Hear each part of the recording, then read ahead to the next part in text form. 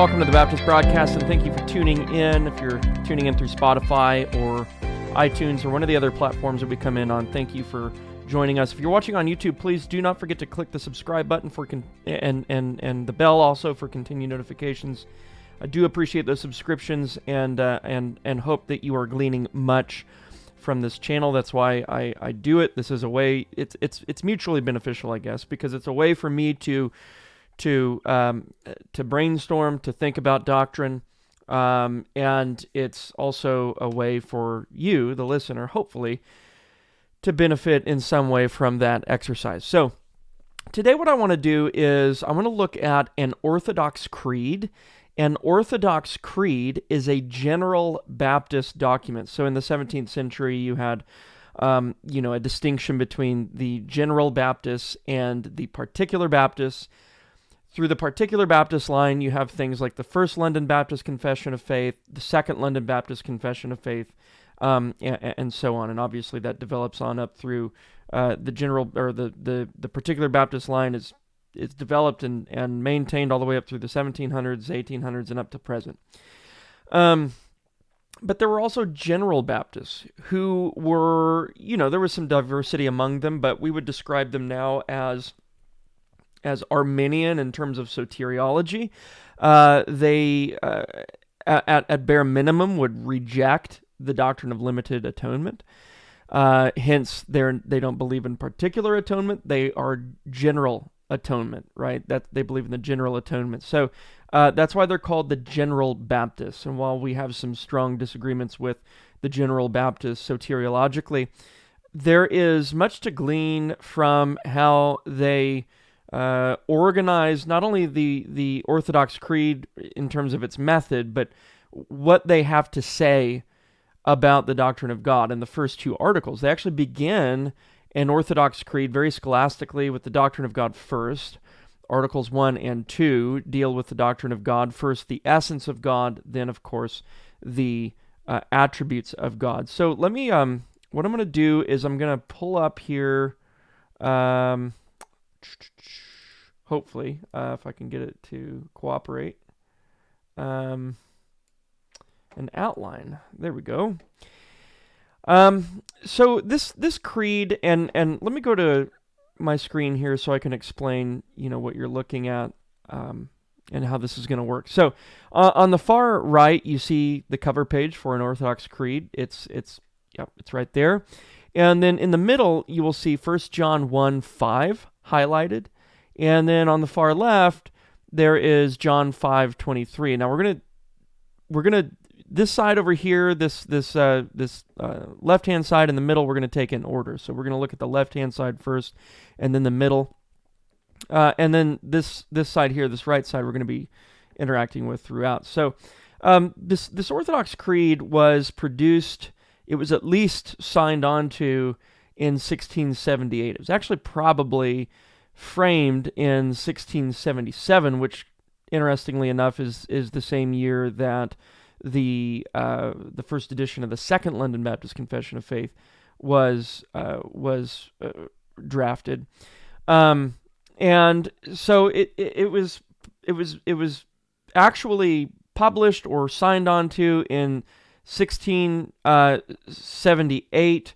And it was printed actually in the year 1679, or at least this particular edition was. It was probably framed by a gentleman named Thomas Monk, who was obviously a General Baptist, but the jury's kind of out on that. We don't know for sure if that's the guy who framed it, and then everyone just kind of came along after that and ascended to it, or what. But it was probably Thomas Monk who was involved in the actual framing of the Orthodox Creed.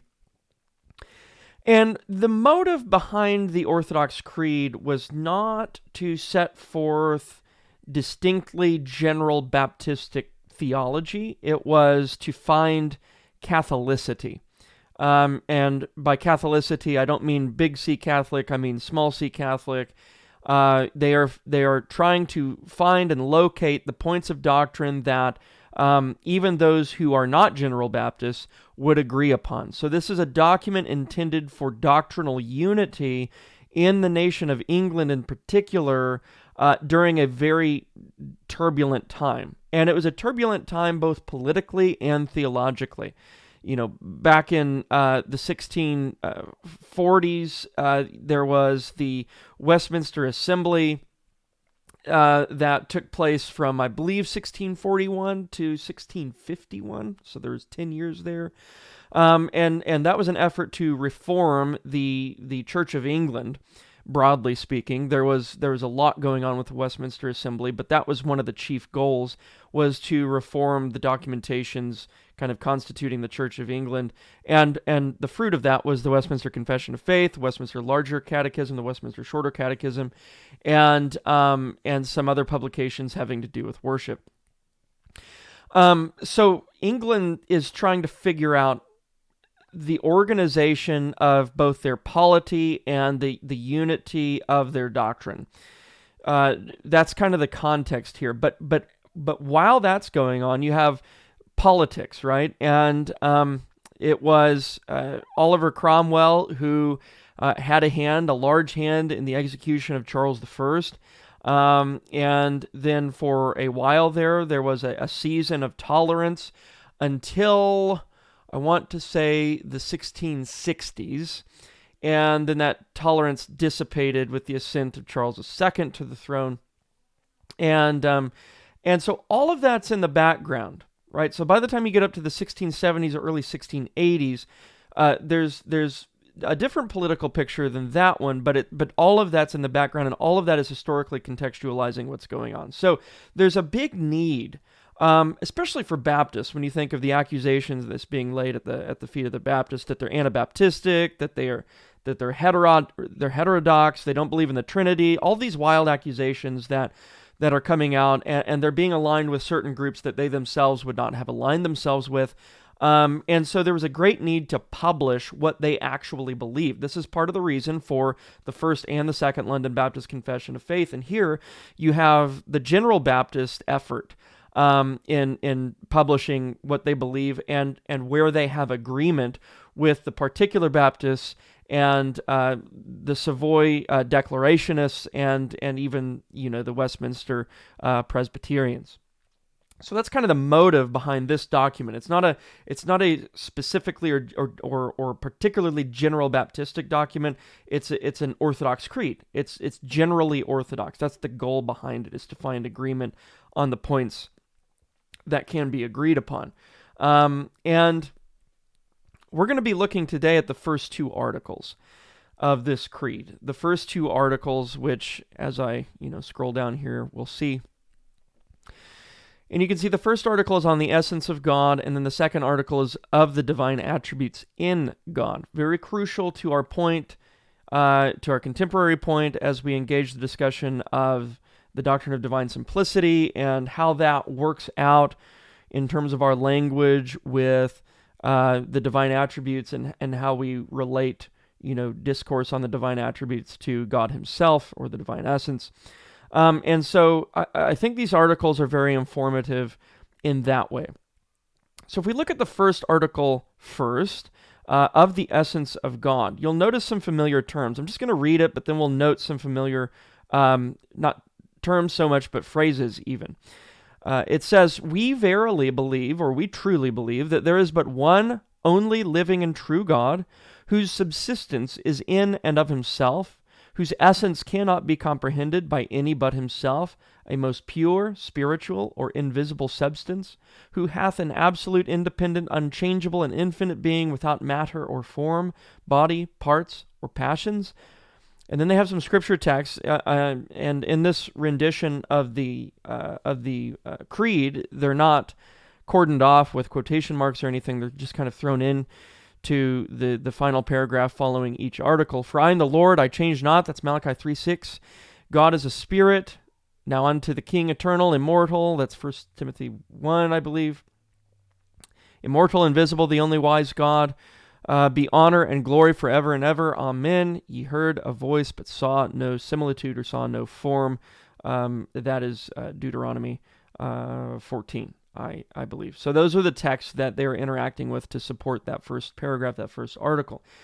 And if you are paying attention to what is said there and what you read there, there should be some familiar language to you. And what this should tell us is that this language was quite common in the 17th century. I would argue that the concepts behind the language are common throughout the history of the church, but here, this particular language and this well-developed articulation of the divine essence is very common in the 17th century. This is across the board. These are General Baptists here, and terminologically, they're agreeing with the Westminster Confession. They're agreeing with the language in both longer and shorter Westminster catechisms. They're agreeing with the First London Baptist Confession of Faith. They're agreeing with the first edition of the Second London Baptist Confession of Faith and what would come to be eventually the 1688 or the 1689. And so this is across the board. General Baptist, Particular Baptist, Westminster. You're going to find the same language in Usher. So this language would also be in the pre-Westminsterian Church of England as well. This is not new to the Westminster Assembly. It didn't originate there. This is going back before that even. So this language is across the board. It wasn't subject to questioning. In fact, the reason that the General Baptists are intentional with starting with the divine essence and the attributes in God is it could be scholastic methodology, but I think there's also a political motivation in starting with those two articles, in that the Baptists were often accused of being aligned with certain Anabaptistic groups who denied the Trinity. And so they're beginning with their doctrine of God, all right? And they're not pantheists, they're not panentheists, they're not Trinitarian heretics or those who profess Christianity yet deny the Trinity. They are Orthodox Christians in terms of their doctrine of God. Okay, they're in agreement. So the reason that they're using this language is to show that they're not heretics, and I think that that's very important to consider. The fact that they are setting this forth in an effort to show that they maintain doctrinal continuity on this essential point, and they're marshaling these terms to do that. Which means that if you were to, in the 17th century, deny these terms, right? If you were to deny, for example, that God's subsistence was not in and of himself, that his essence could be comprehended, that he was not pure, spiritual, invisible, along with the anthropomorphites who would say that God had a body, or to say that, God changes in some way, would have been considered heterodoxical language at the time, all right? Now, that doesn't mean, of course, that everybody who was a General Baptist, the 10-year-old General Baptist who would have attended a General Baptist local church who subscribed to this creed, let's say that 10-year-old was truly regenerate and saved by the Holy Ghost and was a follower of Christ who had faith worked in him. Notice how I'm describing the Calvinist version of soteriology within the context of a General Baptist local congregation. But if that would have been the case, the 10-year-old probably could not describe the essence of God in these terms, right? I mean, maybe they could in the 17th century, but generally speaking, a 10-year-old probably would not have been able to articulate a doctrine of God to this extent, even though in principle they would have believed it and they would not have denied it later on when they were taught the correct formulae. So I think it's very important to make a distinction there that when in these conversations, when the term heterodox is thrown around, it needs to be applied and used very carefully, if at all. Really, I think it's hindering discussion at this point, but there's a difference between someone, ignorantly believing in heterodoxy or assuming heterodoxy before they're corrected, and those who would remain recalcitrant digging into heterodoxy. There's a distinction to be made between those individuals. And I think in large part in our conversations now with regard to the doctrine of God, you're dealing a lot with the ignorance piece. And I don't mean to be insulting with that term. I'm ignorant about 100,000 different things a day. So, this is just one area that I've come to develop in my own theology by God's grace, and it's been a long, road. It's been a happy road, but it's been a long road. And so I don't mean the term ignorant to function as a slight here. I'm just saying that I think that because of the milieu that we've kind of been a part of over the last several decades, there's just been a lot of cloud and smoke over the classical construal that's found universally amongst the Orthodox Christians in England in the 17th century. I think that there's been, it's not totally lost, but it's been obscured. So that's what I mean by that. So I think we're coming out of that, but I think it's going to be, again, a long, hard road as we come out of that ignorance concerning the doctrine of God. So hopefully, this channel plays a part in recovering, to some extent, the classical formulation of the doctrine of God that we see here in the General Baptist document and Orthodox Creed. So when we're looking at the first two articles, the first article, the first line that may appear to be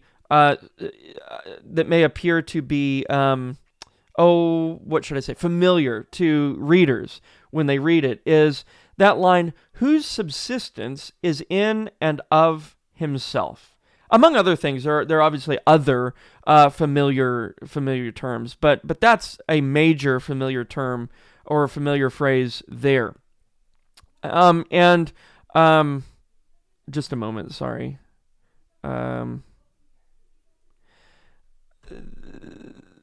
That phrase is not found in the Westminster Confession, and it's not found in the Savoy. In fact, if you read the Westminster Confession, the opening of chapter 2 on God and the Holy Trinity, there is but one living and true God who is infinite in being and perfection, a most pure spirit, invisible, without body, parts, or passions, immutable, immense, eternal, incomprehensible, almighty, most wise, most holy, most free, most absolute, working all things according to the counsel of his own immutable and most righteous will. So you don't have that particular phrase. They would not have denied that phrase, obviously. They believed God was self-existent. But that phrase is not found in the Westminster Confession of Faith, chapter 2. And so, there are other words that would imply the substance behind, God's subsistence is in and of himself. But those words specifically or in particular do not show up in the Westminster Confession, nor do they show up in the Savoy. Though both those documents would agree in substance. That phrase does show up in the First London Baptist Confession of Faith, so it's possible there's been some osmosis in language between the First London Baptist, those who frame the First London Baptist Confession and the General Baptist here. It also shows up in the Second London Baptist Confession of Faith, but of course the Second London is drafted in 1677, or the first edition thereof, which is the same year or thereabouts this creed was also drafted. So that's an interesting point of potential connection. And then you'll notice that there's another familiar phrase, without matter or form. There's some difference there in that particular part of this phrase, without matter or form. And I think some qualifications have to go with that as well. But I'm specifically interested in body, parts, or passions. That's a commonplace in the 17th century. Denying body, parts, or passions in God is a common phrase, and it's found in the Westminster Confession of Faith. It's found in the Savoy Declaration. It's found in the First London Baptist Confession of Faith, and it's found in the first edition of the Second London Baptist Confession of Faith. So I think that's very significant that across the board, that phraseology is used. And then they produce familiar proof texts as well. Malachi 3:6, John 4:24, 1 Timothy 1:17, Deuteronomy 14:12, in support of that article. And then the second article is of the divine attributes in God. Now, this one's probably going to be more relevant to the contemporary discussion that we've had of late concerning the attributes of God and how those relate to the simple divine essence.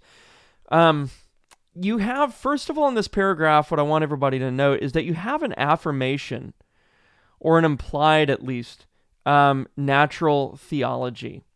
and that's right here. Every particle of being in heaven and earth leads us to the infinite being of beings. And what they mean by that is in terms of our knowledge.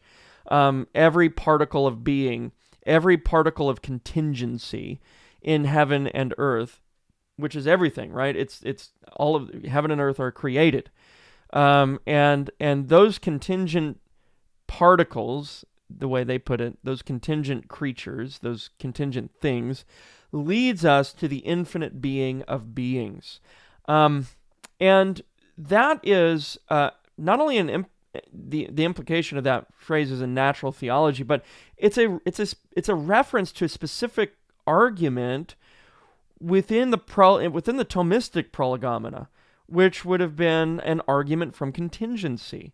It could be, as Ed Feser calls it helpfully, I think, a Neoplatonic proof for the existence of God, which argues from complexity to simplicity. Now, it's not the argument stated, but it's definitely an oblique reference to that argument, to that argumentation.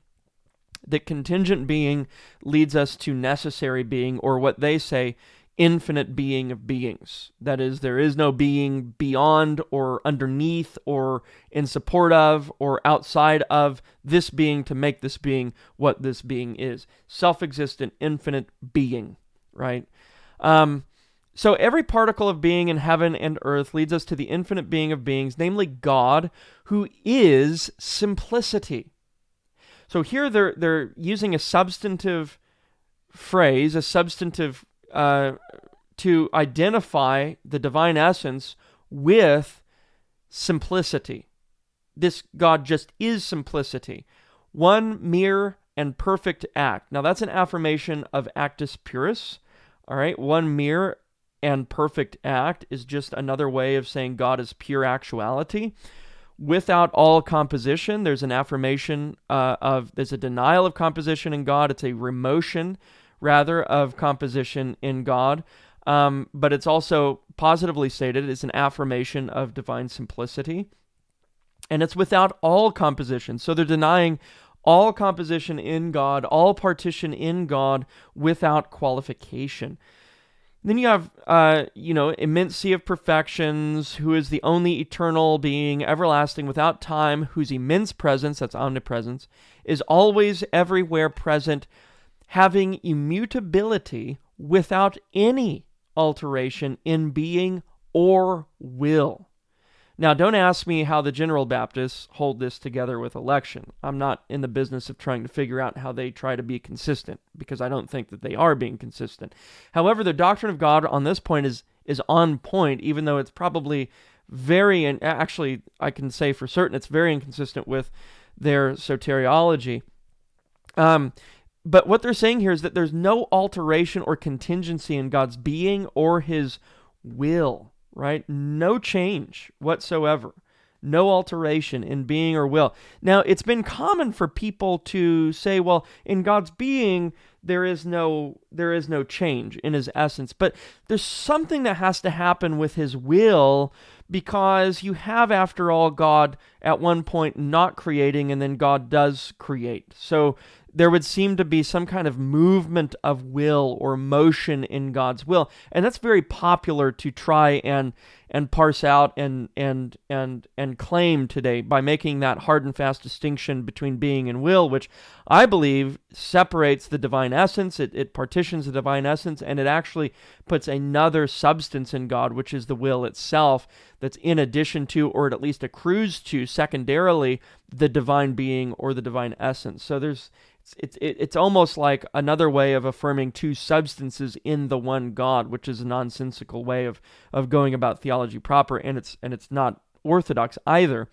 But that is a popular way of trying to get around the confusion that has to do with creation at once not being, and then creation coming into being at the command of God and his will. So they try to say, well, they try to allow some change, and that change taking place in the will of God.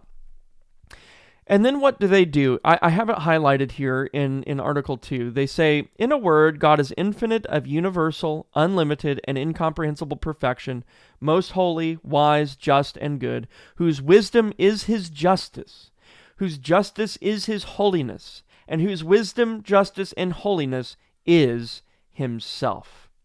Okay, so this is a document from 1678, printed in 1679, identifying God's attributes with one another, and then identifying the attributes with the divine essence. Wisdom is justice.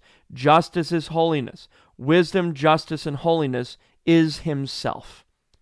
And there's been a lot of controversy that's revolved around the identification of God's attributes with his divine essence. But this is a classical affirmation of just that, contra those who would dissent, from that position. And I think in large part the dissent is happening based on there's some talking past one another going on here.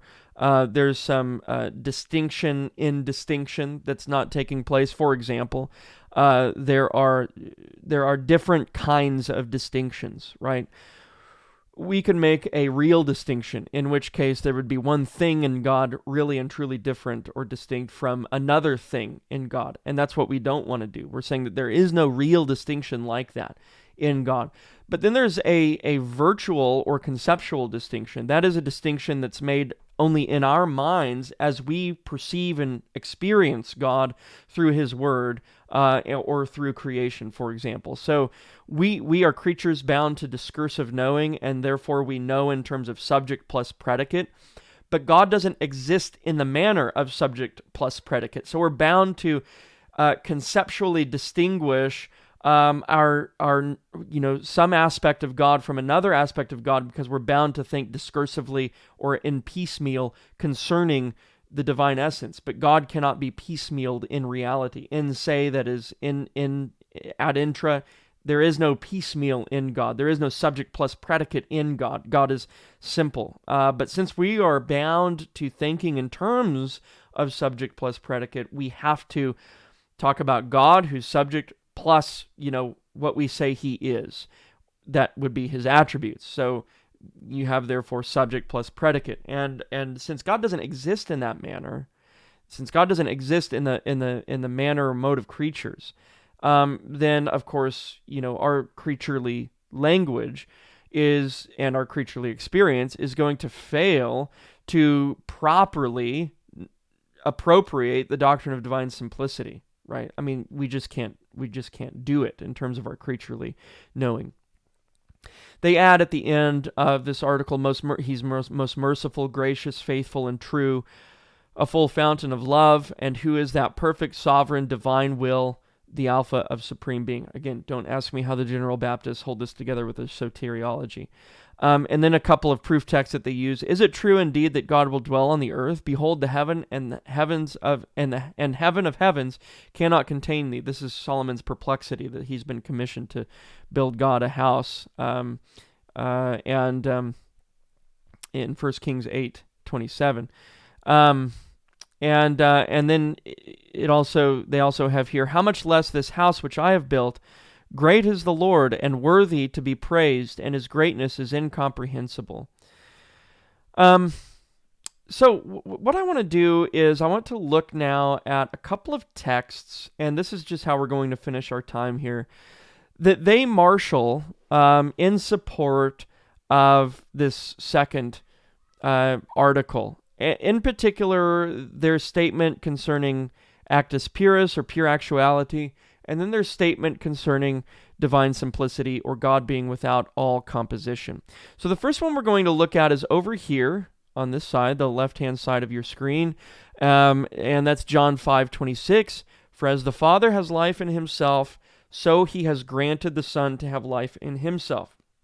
Now, this text is historically formative of Trinitarian orthodoxy, but here they're using this text of God generally speaking. God has life in himself. And so they're applying this to their assertion that God is perfect act, One mere and perfect act, that he's actus purus, pure actuality. So they're using John 5:26 in support of that doctrine of actus purus. Now, why or how can they use John 5:26 in support of that? Well, simply put, God has life in himself. He does not have life from another.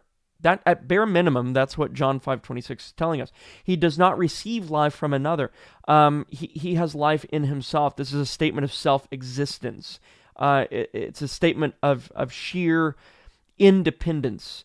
God is not dependent or contingent. He is necessary being, and thus he has life in himself. And you could even, theologically, you could put any of these following terms for life. You could put essence, nature, being. The Father has being in himself. The Father has essence in himself, nature in himself, and so on. Could be understood there. And so this is, at bare minimum, it's telling us that God is self-existent. And that means, again, at bare minimum, there can be nothing in God wanting in terms of capacity. There cannot be in God a capacity to be other than he is, because he's already fullness. He's already life itself, and he has life in and of himself, the perfection thereof, and therefore cannot be added to nor taken away from, because there's no potentiality in him. There's no capacity in him to be other than he's not. So there's no potential to be actualized beyond that which he already is. God has life in himself. There's nothing wanting, nothing lacking in him. And so there can be no change, as it were, as well. Now, moving on to, and again, that's they're using that in support of pure actuality. But what about their support for this, what has been lately called extreme simplicity, this hyper simplicity, we might say, this overextended doctrine of simplicity? What do they use? What do they marshal in support of that? And that's 1 John 1:5, right here in the middle of your screen. First, what John does is, in 1 John 1:5 is he speaks of God in terms of a substantive clause. God is light. And so that's a phrase where God is substantively or substantially identified with a perfection. And you could say that perfection is light. You could also say it's purity or holiness. This is a reference to God's holiness.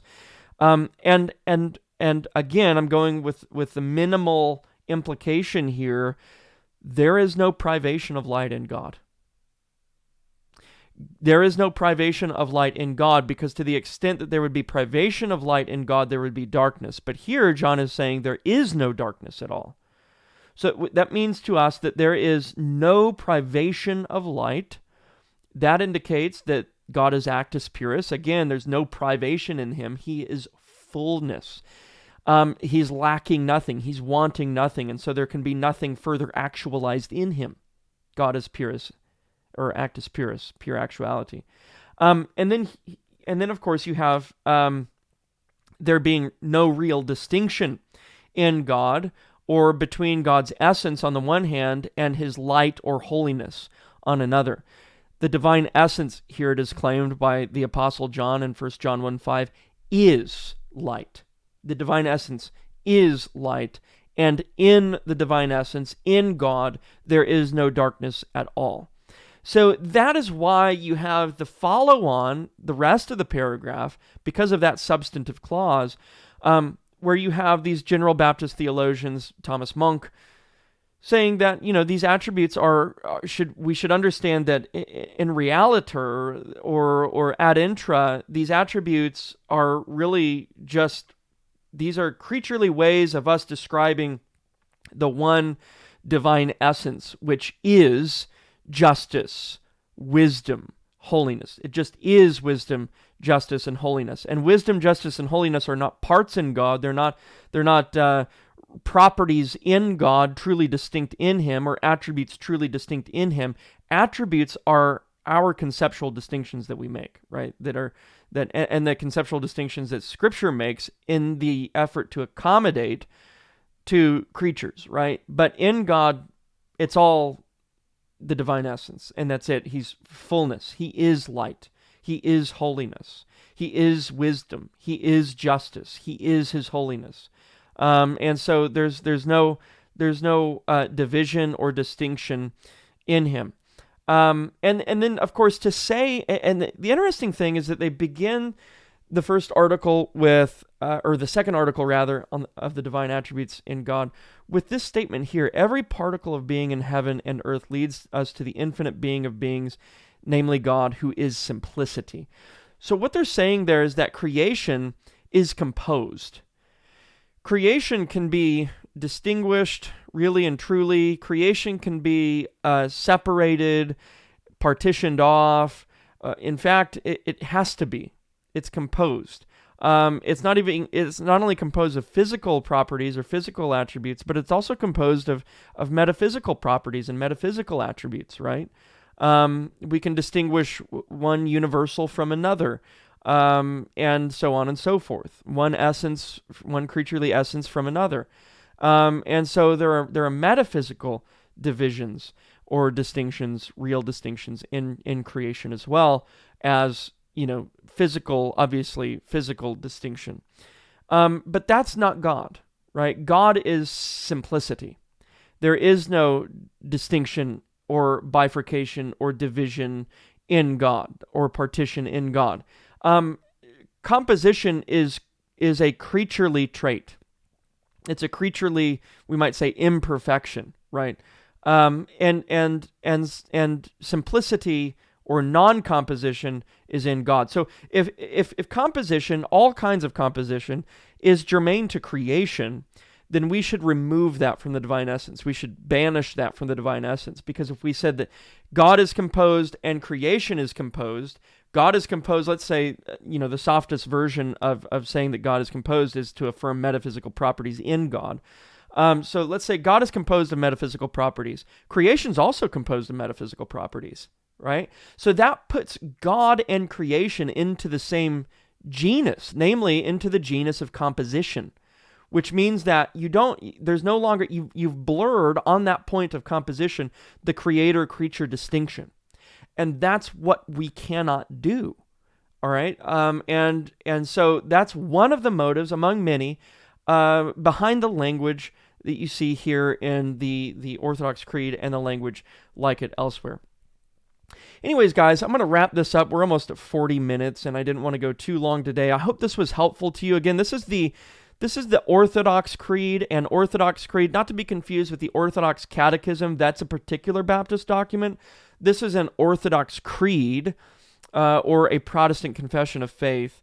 And it's drafted by the General Baptist, printed in 1679. So if you're interested in looking that up, you can probably find it for free online. I have a Logos copy here, but you can most certainly, I'm sure, find it for free, published online, if you would like to read through it. God bless you guys. Again, if you haven't subscribed to the channel, please do so.